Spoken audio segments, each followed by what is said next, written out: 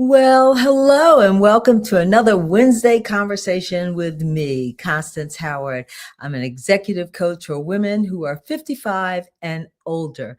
And boy, do I have a conversation ready for you today. Before we get started, put it in the chat and let me know where you're watching me from. If you're in the Washington, D.C., Maryland, Virginia area, as I am, put that in the chat. I would like to know. And let me know what the weather is like, because finally we're getting a break here. But I know that for most of the folks in the Northeast, there is no break right now. So let's get started. Okay. If you are someone who knows in your heart or hearts that there is something in your life that no longer fits who you are or who you are becoming, but you stay in that situation. Maybe it's a job, maybe it's a relationship, and you know that it's time to move on, but you stay. Then this conversation is for you. I know what that's like firsthand. A lot of you know me that I was I was in TV news for nearly 40 years. But I have to say that for the last, I'd say 5 to 8 years, I knew it was time to move on. I knew in my heart of hearts that that just wasn't the job for me anymore. I didn't light up when I, was walking into the newsroom. I didn't have that excitement anymore. I didn't have that passion.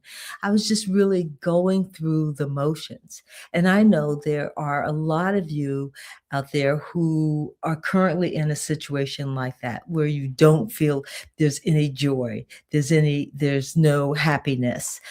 Put that in the chat. I'd like to know if you're in that kind of situation. As I said, I was for I'd say 5 to 8 years.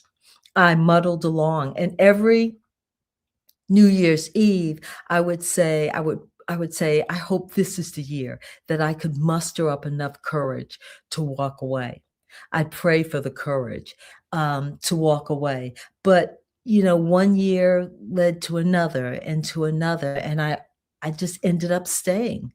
I felt like I was really stuck. I wish I could say I stayed for some noble reason, but really, I would say it was the golden handcuffs. That was my excuse at the time. I would say, well, I stayed because of the money. I stayed because of the title, the prestige of working at a particular newsroom. I stayed because health benefits. Those were all the excuses that I used, and they may be the same reasons you use now and why you don't change your situation. As I said, my friends call those things the golden handcuffs. You get used to having those things, and you don't want to give them up. But if I told the truth, which I'm going to tell you the truth, I stayed because the job became my identity. And if I wasn't the news director here or the executive producer here, then who was I? Who was I? And really, underneath all of that was a lack of self-trust. I didn't trust my abilities to figure it out. I didn't trust my instincts. I didn't trust that I would make the right decision. And so I stayed. I stayed in a job that I knew no longer fit the season of life that I was in. Um, I look back on that and I feel sorry for the person I was then, because it was so painful, to go in every single day and to just be going through the motions, to not have that passion that I had when I first got into TV news, and to not, want to share with other people, my passion. And so I was happy when the moment came when I finally made the decision. Now, I wish I could say that, I thought about it and I consciously made this decision. What happened was, it was a normal day like any other day. I tell the story from time to time. I was in a conference room, and my boss was telling me about some project that he was all passionate about, but I felt like it was going to add more work to my already loaded schedule. And the more he talked, the more I kept hearing my mom's voice in my head saying, "Bet on you, bet on you." And it was something that she would say to me while she was alive all the time. And it meant, when you're at a crossroads, bet on you. What is it that you want? What is it that will bring you joy? Trust that you will trust that you have the skills and the knowledge that you could go out there and make a way for yourself. Trust God, but bet on you. The more he talked, the more she kept saying to me, "Bet on you." And you know what? That day, I don't know why that particular day, but that day I listened. Now, I wish I could tell you that I walked out of that conference room and I quit, but that's not what happened. I left the conference room and I started making plans to exit. I also tell the story about how I wrote a resignation letter that I did not turn in until 2 years later. But the resignation said, "Dear," my boss's name, "thank you very much for this opportunity. It's all the standard things. I've enjoyed my time here. I am going to move on to," and it was blank. And my final day will be blank, because I just didn't know. What I did know was that I was going to make the plans to finally leave. I had enough courage and enough trust in myself to start the process. That's what you have to do. So here's what I know now that I wish I knew then. That self-trust doesn't come in some big, grandiose, dramatic moment. That's not when self-trust comes. Self-trust arrives when, in those quiet moments, when you decide there's nothing else to do but to make a change. Self-trust doesn't come in this, as I said, dramatic moment. It's not a personality trait. Either you have it or you don't have it. No, self-trust comes quietly in the small decisions that you make. And this matters because I think a lot of us believe that we can't make a big move. If we can't make a huge move, then we're failing. And that's not true. We make progress, we make changes in our lives with small steps.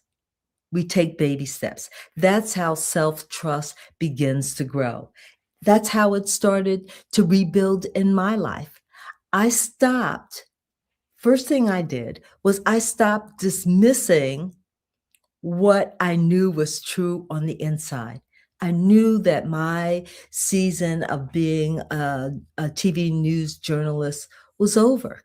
I knew that I was exhausted. I knew that I couldn't push through the situation for very much longer. I tried. And I know there are a lot of you out there who are trying to mani-pedi the problem away. You're trying to take an extended weekend, hoping that rest will, quiet the noise inside of you that says it's time for you to make a change. We do a lot of things to shove those feelings down. We do a lot of things to quiet that negative chatter in our minds. But if it's the time for you to leave, it's the time for you to leave. And nothing that you do is going to change that. I stopped arguing with that inner voice. and I started to work on what I could do to make the change. Second, I made small promises to myself that I would keep. See, self-trust is all about, can you tell yourself that you're going to do something and then follow through? A lot of times, particularly women over 55, we have a lot of responsibilities. We are usually the caregivers in our families. We're usually the Uber drivers in our family, let's be honest. And so what happens is we say that we're going to do something for ourselves and something else pops up and we drop what we wanted to do for somebody else, to make someone else happy, to make sure that whatever they need, they got. And whatever we need falls to the wayside. I don't want you to do that anymore. Make a promise to yourself and then keep that promise. That's the way self-trust is built. One small decision after another. And after time, you realize, wow, I can trust myself. I can hear and acknowledge and honor the needs that I have. And I can take care of those needs without feeling guilty, without feeling as though you're being selfish. That's how your self-trust is built. And then the next thing I did was I stacked them. Just stacked them. One small decision that I kept, one small decision or promise that I kept for myself on top of another, on top of another, on top of another. And then all of a sudden you have momentum. You have momentum and you're no longer second guessing yourself. You're no longer living in fear that you'll make a decision that is not a good decision, because you'll be in the habit of making good decisions for yourself and following through. And if something pops up, you pivot. But you know in your heart of hearts that you can do that, that you're going to be okay. I wish that I could say that day in that conference room that I knew all of that. I didn't. What I knew was enough, and I wasn't taking any more. And I just put one step in front of another, in front of another, until I could fill in the blanks on that resignation letter and then turn it in. That's how your self-trust builds. That's how your confidence builds. And that need for the job to be my identity, that went away. And those golden handcuffs that I talked about earlier, the money, the title, the prestige, I realized that those were all chains that kept me locked in a position that I no longer enjoyed, a position that I had outgrown. They weren't, those golden handcuffs didn't protect me. They were chains. Yes, they were chains. So I want you to walk away from this and realize this. Self-trust doesn't happen in one big grandiose moment. You build it. It's a daily practice. Every single day, you're confronted with making decisions, and you make the best decision that you can for you. And then you stack those decisions. And some days are not going to go well. That's fine, because that's life. But you don't give up. You don't give up and run back to what was. You keep pushing forward to what will be.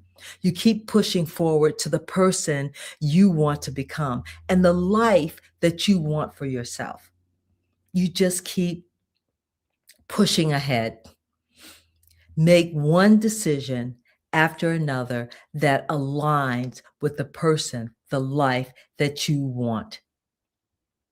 Remember, self-trust is not choosing peace over prove. It is choosing peace over proving. You don't have to prove to people anymore. You don't have to prove to people anymore. You do not have to explain to people anymore. You don't have to explain. You don't have to convince people. You have to be in tune with who you are, where you want to go, and be okay with, sometimes it will be Sometimes it will work out, sometimes it won't, but you'll always be on a path that you choose. You'll always be on a path that brings you joy and that lights up your passion and your excitement. Listen, if this conversation resonates with you, please put it in the chat. Maybe you're struggling with a situation. Maybe you need to build your self-trust. I would love to know, and I would love to come alongside of you and help you in your journey. So put it in the chat, and I will follow up with you. And also, while you're down there, this is a shameless plug. Hit the subscribe button and hit the bell so you'll be notified when any new videos like this are posted. I post every week on some aspect of building your confidence, becoming the person you want to become.